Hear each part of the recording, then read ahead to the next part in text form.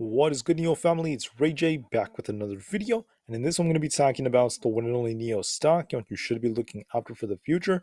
I'm also going to do some in-depth technical analysis and break down what's happening with NIO stock, and also what could end up happening tomorrow that could actually cause the markets to pump, and how that could end up affecting NIO's share price. Now, before I break anything down about this, though, before I get into any more details, I do have to mention a couple of things before starting. Firstly, I'm not a financial planner. Make sure you take none of this as financial advice whatsoever. And also, if you guys can, please smash the like button if you want to see more videos like this. It not only benefits me, it benefits the entire NIO community as a whole. And the last thing is, if you guys can, please check out the Weeble link down below in the description. If you sign up for Weeble, the link down below, and deposit any amount of money into the account, you're guaranteed up to 12 free stocks, each worth up to $3,000. And the best part is, any could be a free NIO share. It's a limited time offer. The offer ends in just 4 days. Check it out before they run out. With that out of the way, let's get on with the video.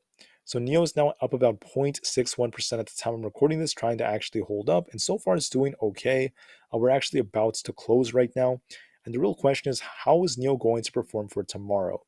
Well, this is actually going to depend heavily on the overall market. But I first want to talk about why the market pumped today. Now, I told you guys we had some bearish signals on SPY. They still exist, but I also told you that it's going to depend heavily on the data that comes out, right? Now, I was actually a little bit more very cautious, especially because some Fed officials said a recession is very likely. And because of that, I was a little bit more bearish, but instead we actually got a very nice bounce off the news. And I wasn't completely bearish, though I did tell you it depends on the data. But once again, technicals were looking bearish, and this did actually surprise a lot of investors. Sometimes things like that happen because of data.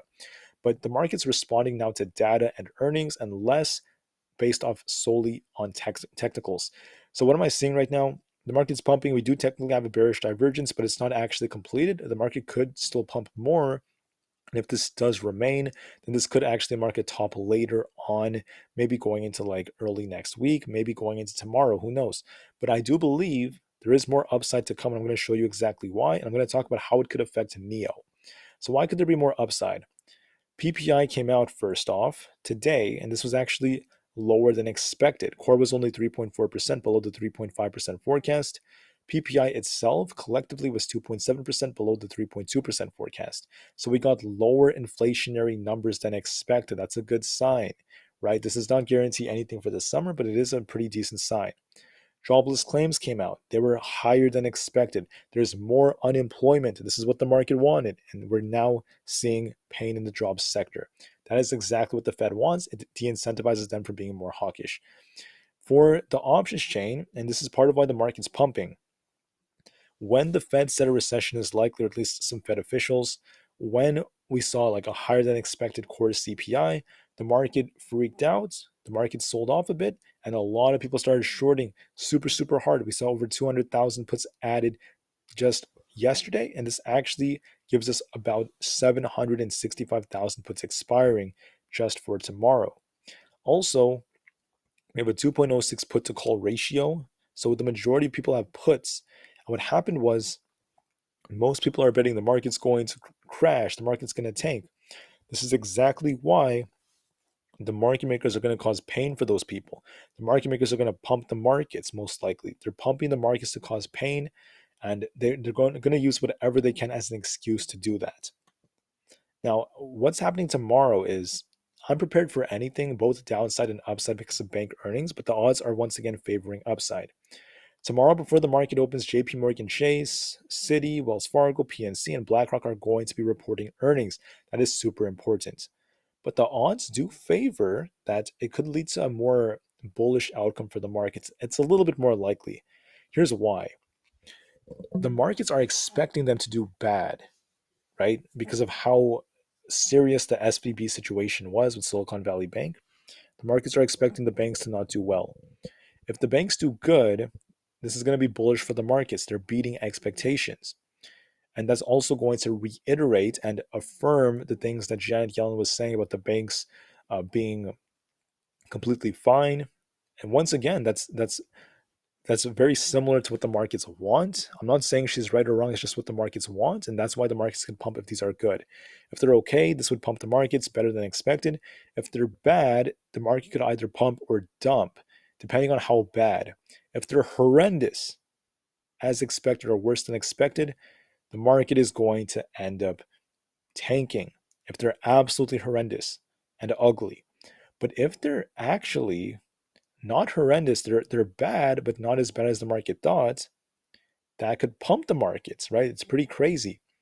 So we're just going to be looking and see how this actually plays out, how the market reacts to it. This is going to be very important. For NIO, we actually have the short volume increasing a little bit as of yesterday to 54%, and volume is only 22 million, so it's getting low volume. The shorting has been going up on NIO yesterday, 5.4 million NIO shares shorted. On top of that, NIO tends to be green 53% of the time on Fridays. And I think Aprils tend to be good months historically, like 53% of the time.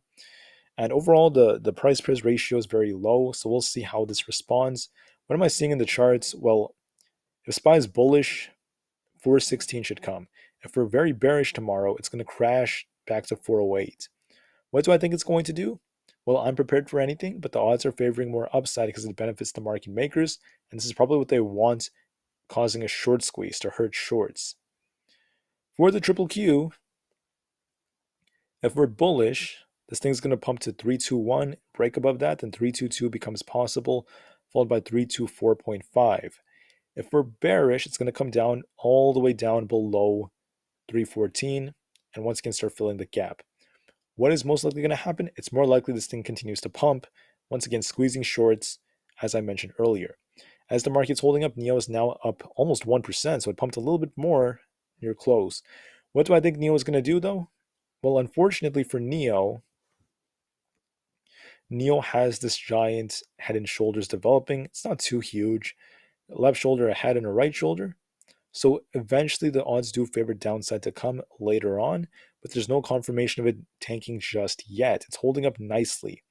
Tomorrow, if it breaks below 9, it's going to likely fill the gap to 8.75.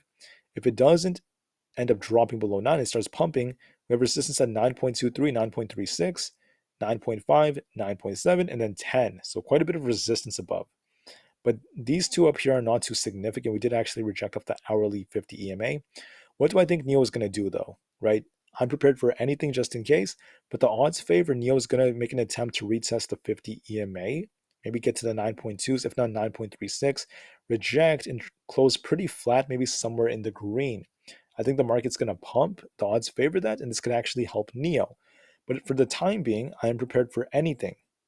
But I do think NIO could get a pretty green close, regardless of what on earth is happening. So I'm a little bit more bullish for tomorrow. I am prepared for anything depending on the bank earnings, but the odds are favoring the market makers pumping the markets, which could help NIO. So anyways, thank you all for listening. I do think NIO could pump a bit. Somewhere in the green is where it should close, around 9.2. But I do want to warn you that this is just one day, and going into the next week or so, the head and shoulders is still valid. NIO still has the left shoulder, the head, and the right shoulder forming. So make sure you are still prepared just in case for anything. But anyways, guys, I want to thank you all so much for listening. If you did watch this far, I just wanted to also mention one more thing. If you look at either the comments section above it or below it, there is going to be many different links for merch that I have. If you want to support the channel, feel free to buy a shirt that says "To the Moon," or we have options. I also have hoodies and long sleeve shirts and tank tops if you're interested in buying them. Any custom merch by me. It would help support the channel. I have making these videos for quite a while, and if you want any more merch to show your pride in the stock market as a trader or an investor, it is really just your choice. But I thank you all for listening. All right, if you use code SAVE5, you're going to save 5% at checkout. It's really your choice, and I just want to say I really appreciate everyone if you did watch this far. NIO to the moon, as the long term is still very, very bright, and peace out.